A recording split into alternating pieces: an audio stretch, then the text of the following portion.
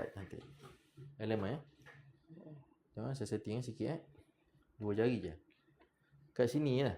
Dia tak boleh tarik begitu Saya kena tekanan kena kuat dekat sini. Lock betul-betul dekat sini. So saya kena gunakan jari yang kuat. Kalau saya gunakan jari macam ni, ibu jari saya tak kuat macam jari manis ni. Jadi nanti dapat tarikan sini juga kita dapat rugi. So kita fokuskan begini.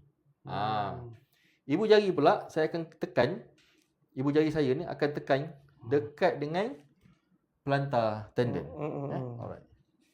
Kemudian baru saya angkat. Saya support guna jari sebelah. Support guna jari sebelah untuk lagi double kuat. So saya tarik. Ya. Okey begitu Alright. Dah tarik begitu, baru kita ambil atas pula dekat metatarsa. Tarik dekat tulang metatarsa pula. Sikit. Okey. Lepas tu saya kepak sikit je. Ini pun sikit. Dah selesai begitu, saya akan sengitkan. Saya lapik tapak tangan saya bawah tapak kaki dia supaya tapak kaki dia membentuk curving tu. Kalau saya tolak begini dia lepeh dah. Betul. Jadi saya lapik untuk jadi dia curve sikit. Curve.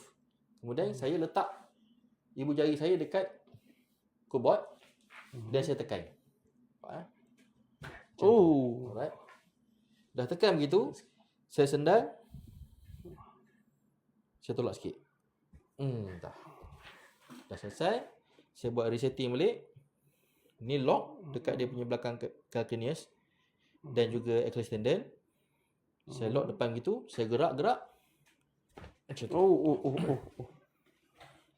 Itu untuk setting ankle dia lah. Gitu je.